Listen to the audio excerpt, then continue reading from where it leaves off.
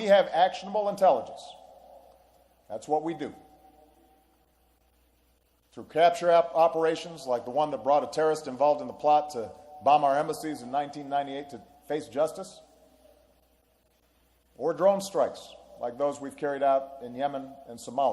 For example, if we had actionable intelligence about a gathering of ISIL leaders and our partners didn't have the capacity to get them, I would be prepared to order our special forces to take action because I will not allow these terrorists to have a safe haven.